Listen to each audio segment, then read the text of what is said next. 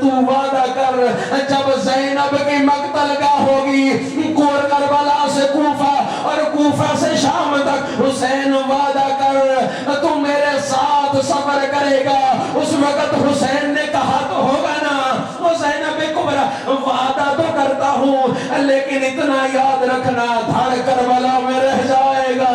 نوکے نیزہ پہ سوار حسین، کبھی کوفہ کے بازار کبھی شام کے بازار، حسین تیرے ساتھ ساتھ سفر کرے گا۔